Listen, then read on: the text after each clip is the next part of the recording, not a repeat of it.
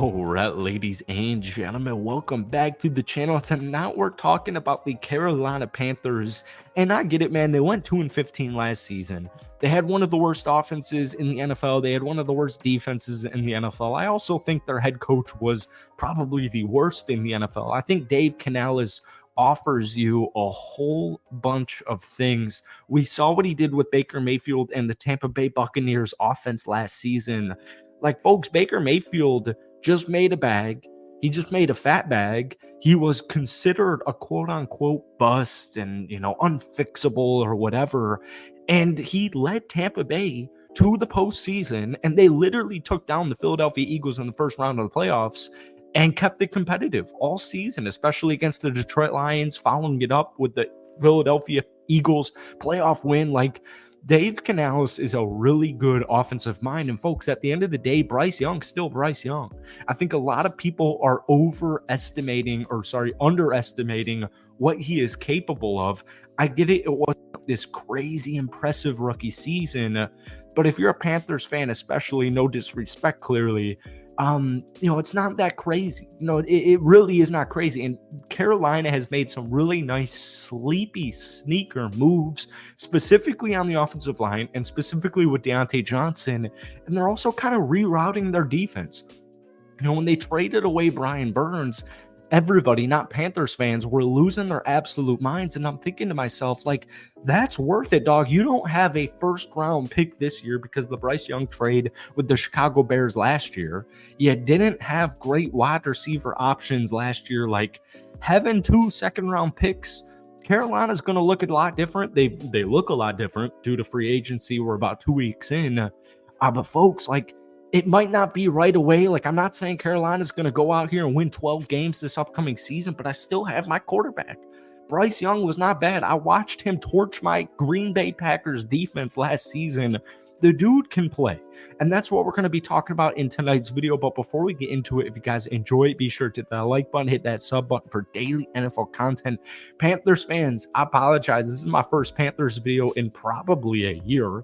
If we could try and get this video to 100 likes, that would mean the absolute world to me. We got a bunch of Panthers content coming on the way all season. Folks, at the end of the day, Bryce Young was sacked a franchise record 62 times in 2023. The second most in the NFL behind Sam Howell was 65. 35 of those came through the guard-center combination. Injuries, poor play, you name it. So what did the Panthers do? They signed Robert Hunt. Robert Hunt, third highest paid guard in the NFL now, with an average of $20 million, but they didn't end just there. They also signed former Seattle Seahawks guard Damian Lewis to a 4-year, $53 million contract. They spent a bunch of money on the offensive line. And, before that Deontay Johnson trade, it might seem underwhelming, but if you're a Panthers fan, this is exactly what you needed. You need to win in the trenches, folks. I don't care who the quarterback is. I don't care who your personnel looks like on both sides of the football, with that being said, but especially offensively. If you can't protect your quarterback, if you can't protect your first overall pick, you're going to do bad. Like, you're just going to do bad. It's going to be awfully inconsistent. You're not really going to be able to see what Bryce Young is made of. At the end of the day, when you look at Bryce Young's stats last year, a little under 3,000 passing yards, 11 touchdowns, 10 interceptions. If you were just basing it off of like NFL media or news headlines or whatever, you'd think Bryce Young threw for like 4 touchdowns and 38 interceptions. Like, that's kind of the narrative. That was kind of how Bryce Young was paged in the media world last season. Once again, I'm a Packers fan. He torched us.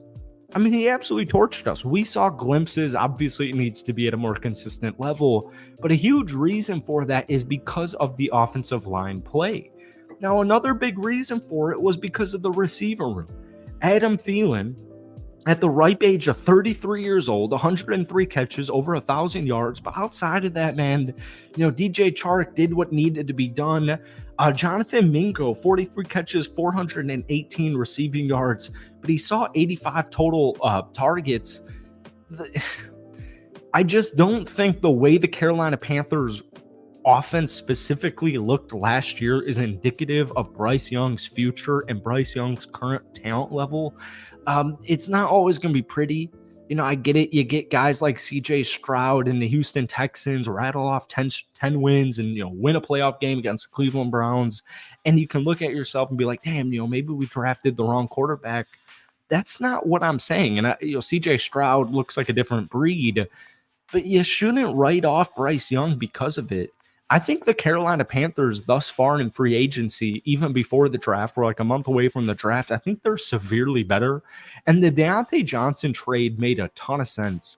Bryce Young now has a clear wide receiver number one. It's only going to be bolstered, by the way, in the draft, and also free agency is far from over.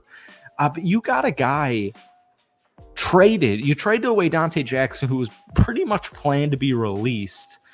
Johnson had a brutal season last year. 5 touchdowns, 717 receiving yards.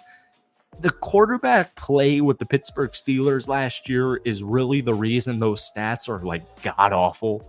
The Pittsburgh Steelers passing last year in their quarterback room, they had 13 total passing touchdowns. Like Bryce Young himself almost accomplished that. And that's how the Carolina Panthers offense was not good last season. The Steelers offense was not good at all as far as quarterback play goes. So don't look at Deontay Johnson's stats last year. It wouldn't shock me. It wouldn't surprise me if he almost had like a DJ Moore on the Chicago Bears last season, over 1,000 yards. Deontay Johnson is a borderline wide receiver one. I'm not going to go too far-fetched here. But I do really like the acquisition of him because not only did Bryce Young not have an offensive line, but he didn't really have consistent, reliable weapons to throw to outside of Mr. Adam Thielen. Now, they made a bunch of defensive moves, and we'll talk about that in our last Panthers video. Ashawn Robinson, defensive tackle from the New York Giants, 3-year, $22 million contract. The thing with Brian Burns' trade, getting a second-round pick, that's their big knock is, you didn't even get a first-round pick for Brian Burns.